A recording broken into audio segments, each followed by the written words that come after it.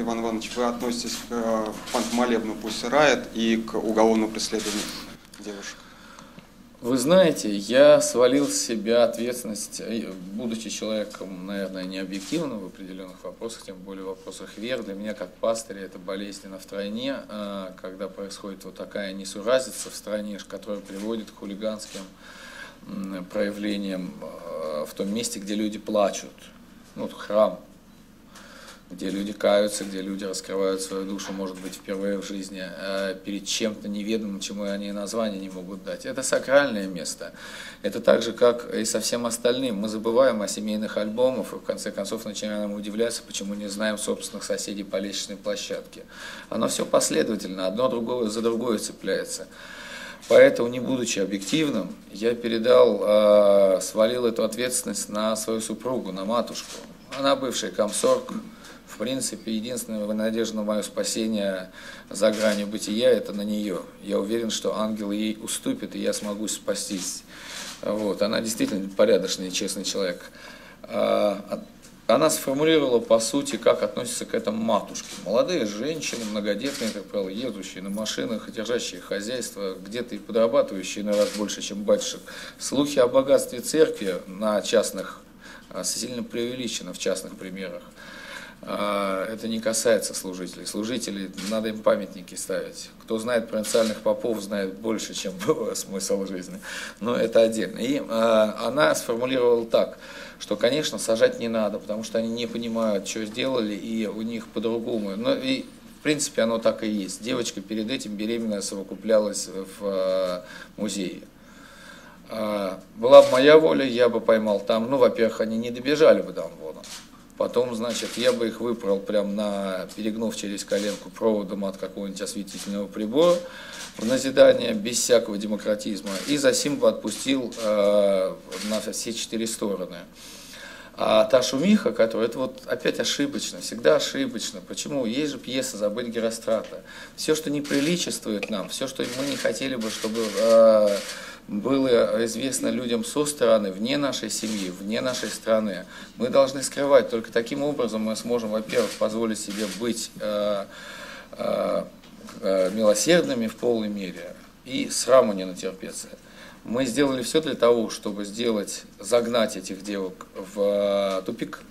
Ощущение от них такое, что они из колодца на кладбище ночью «спасите», это кричат, а уже помочь-то нельзя. С одной стороны, культурный мир наш, так, в двойных кавычках, который не даст им возможности уже назад повернуть. Но они напуганы. Подумайте, их окружают мамы, бабушки, дедушки. То есть весь вот тот мир, который любит. А если ты любишь, то волей-неволей хочешь сохранить. Мама пугается, если тебя предают анафеме. То есть у мамы на этот счет, у любой мамы, или там еще чему-то, или в тюрьму сажают. И вот это окружение, с одной стороны, а с другой стороны, что вот ты не станешь художником. И загнали их в тупик, ни те, ни другие. Церковь не может уже на попятную пойти, потому что это не просто панк-группа, это вызов либерального, причем не либерального, названия этому нет, это мир хаотический, разрушающий. Просто экспериментирующие, не желающие нам ни добра, ни зла, а как за крысами наблюдающие. Это не наш либеральный мир. Наши либералы, да, они, может, нудные, но они не агрессивные. Все-таки, как в вопросе славянофильства и западничества никто не победил. До Тарковского протянули. Так вот, дальше, со стороны церкви, какие уступки? Вопрос принципа, иначе плясать, вон голый уже бегал в Елоховском соборе, куда это годится? Должны быть святые места, ты не пускаешь, там, я не знаю, танцевать на могиле своих родителей, какие-то вещи. И все загнали в принцип. С другой стороны, их поддавливают, что ты не будешь художником, тебя сейчас подумают, тебя сделают. И чего их сделают людьми мира, там, или как там организация, тоже с алюминиевыми орденами. И сделают, жизнь разрушена у них. С ними будут побаиваться, общаться дальше, потому что неизвестно, что будет в тюрьме. Там очень много набожных женщин. И в каждой тюрьме свое поверье. За одного клюквенника подрезанного 3 греха снимается. Это в одной тюрьме только я знаю. Клюквенник – это тот, кто церковь грабит. Очень набожный у нас народ. И песни у нас на караоке большей частью кандальные. Так что нельзя к этому относиться тоже так. Давайте за свободу. Девкам жизнь ломаем с одной стороны, на попятную пойти нельзя. Тупик.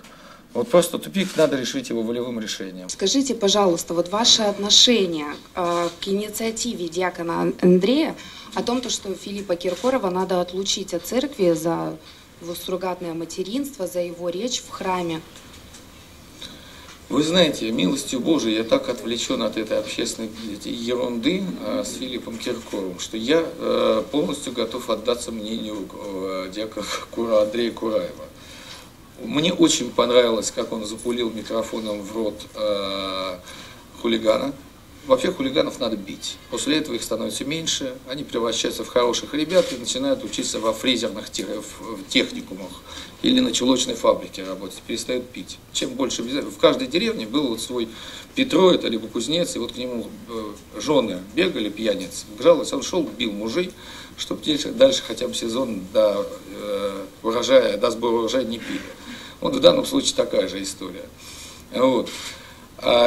Я не объективен к отцу Андрею. Отец Андрей, во-первых, мой друг, во-вторых, он сделал так много для дела Святой Церкви, что с ним сравниться могут, разве что отец Дмитрий Смирнов, отец Владимир Волгин, отец Аркадий, там много, и набор есть, он не так велик, кстати сказать, вот таких абсолютных харизматиков, авторитетов внутри церкви. Они, кстати, очень человеколюбивые. Отец Дмитрий его обвиняют в каком-то фашизме, помилуй Бог, я у него служил. Это человек, который прожил всю жизнь, будучи ярым автомобилистом, ему подарили на 50-летие Kia Sportage. К тому времени, как я уже отъездил на всем модельном ряду BMW, гораздо меньшим возрастом, гораздо меньше сделавший вообще для мира, вообще и делающий. Вот. Ему подарили военный генералитет, его любят, потому что он действительно, он умеет жертвовать, он умеет ночью вставать и говорить по 3 часа по телефону с расчувствовавшим духовным чадом. Это он выполняет пасторские и, что удивительно, наставнические обязанности. В нем это сочетание, вот он берсеркер, православный камикадзе. Мое к нему уважение и авторитет абсолютный, и авторитет абсолютен для него. Вот. Так, что он плохой человек или что он радикал, могут говорить только очень глупые люди. Потом он, знаете, он по природе военный, вот как очень скоординированный человек. Если он говорит, что-то нужно делать, это нужно. Отец Владимир Волгин, это вот любовь в человеке. Я не знаю, мне рядом с ним не нравится разговаривать, просто сидеть. Вот просто сидеть, это ощущение исходящей благодати от человека. Сложно описывать это вот так, как аудиально, доводить до сведения, это надо познакомиться. Поэтому я ближайших людей нуждающихся к своему духовному наставнику, отцу Владимиру Волгину. Некоторые вещи передаются только теплым касанием руки и личным присутствием. И по поводу отца Андрея. Отец Андрей богословие всегда было реакционно. То есть появлялась ересь, появлялось отрицание ереси, то есть само богословие. Потому что, в принципе, религиозный человек, в том числе ортодоксия, в богословии не нуждается. Человек либо верит, либо не верит, либо признает, наверное, объективную для всех истину, что мы, как церковь, это не сообщество верующих людей, горы не двигаются, с горчичной без зерно никто не обрел, а сообщество людей, стремящихся к вере. Вот, и принимая это, уже к людям поблажки больше делаешь.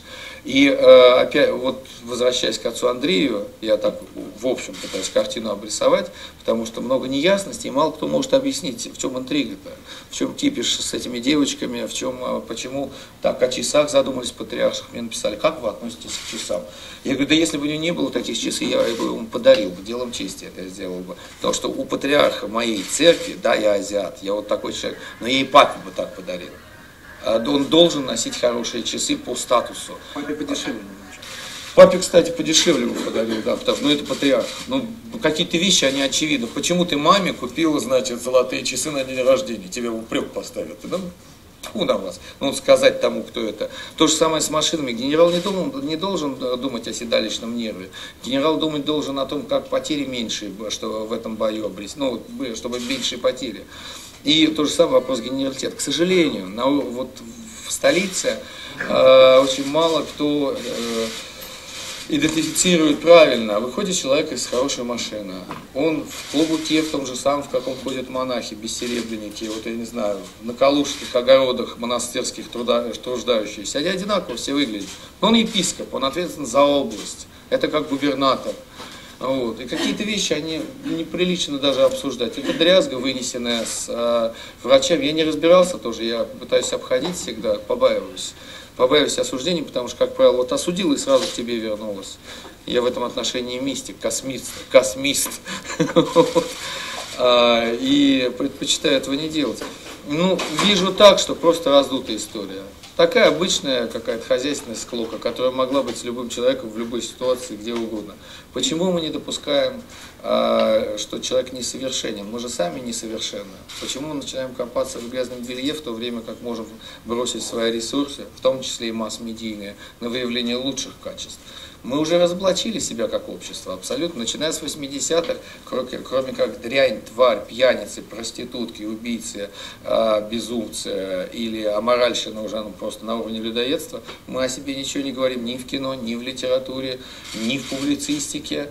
То есть мы должны меняться. Новый мир, 21 век. Если мы сейчас правильно сделаем, выберем направление движения, правильное направление развития страны и себя лично, мы быстрее всего остального мира ворвемся в будущее. В нас все есть.